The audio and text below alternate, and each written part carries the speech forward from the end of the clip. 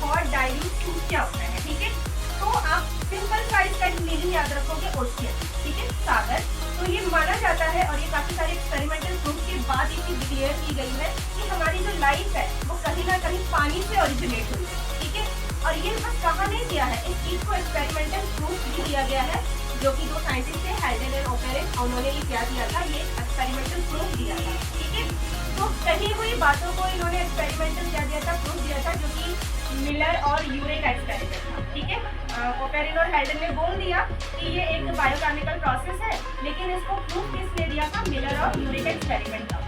तो उन्होंने कहा था कि एक हॉट डाइल्यूट सूप की तरह ओशियन किसकी तरह काम करता है, एक हॉट डाइल्यूट सूप, गर्म सूप की तरह काम करता है। ये कैसे पॉसिबल हो पाया, माना गया कि पहले जो हमारे अर्थ का एटमॉस्फेयर था या टेम्परेचर था वो काफी ज्यादा था, मतलब इतना ज्यादा था कि कोई लाइफ सस्टेन नहीं कर सकती थी, इतना ज्यादा टेम्परेचर था, ठीक है।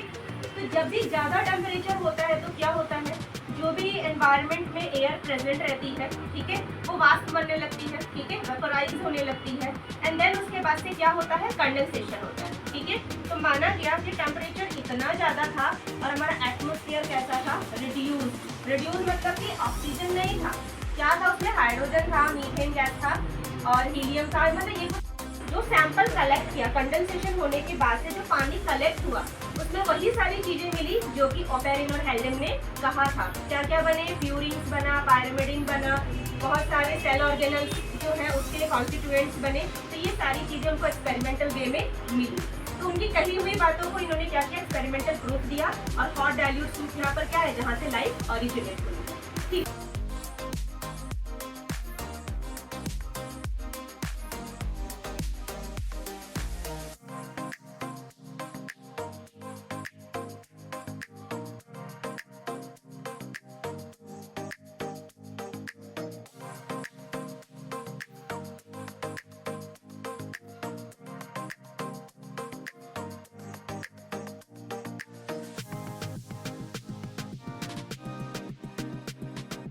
सब्सटेंस होते हैं, जैसे ठंड में चाय P low, coffee P low, और या फिर कोई भी ऐसा कोई शरबत पी लो, इससे क्या होगा, आपकी जो यूरिनेशन की फ्रीक्वेंसी वो बढ़ जाएगी। क्यों, क्योंकि ये डायूरेटिक सब्सटेंस है। चाहे अनार खा लो या फिर संतरा खा लो, से कोई भी फ्रूटी जूसी फ्रूट खा लो, ये होते हैं डायूरेटिक सब्सटेंस। तो ये हमें बार बार यूरिनेशन के लिए क्या करते हैं, अर्ज करते हैं।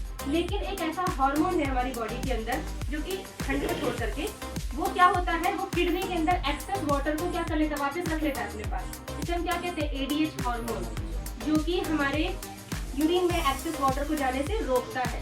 तो इससे अगर नहीं रोका, अगर ये हार्मोन हमारी बॉडी में अच्छे से प्रोड्यूस नहीं हो रहा है या काम नहीं कर रहा है, माल फंक्शन कर रहा है, तो इससे ना बार बार अभी करके आए, पानी पिया, जस्ट पानी पिया, उसके 2 मिनट बाद फिर से यूरिनेशन की अर्ज हो जाएगी। तो इसे क्या कहते हैं, डायबिटीज इंसिपिडस।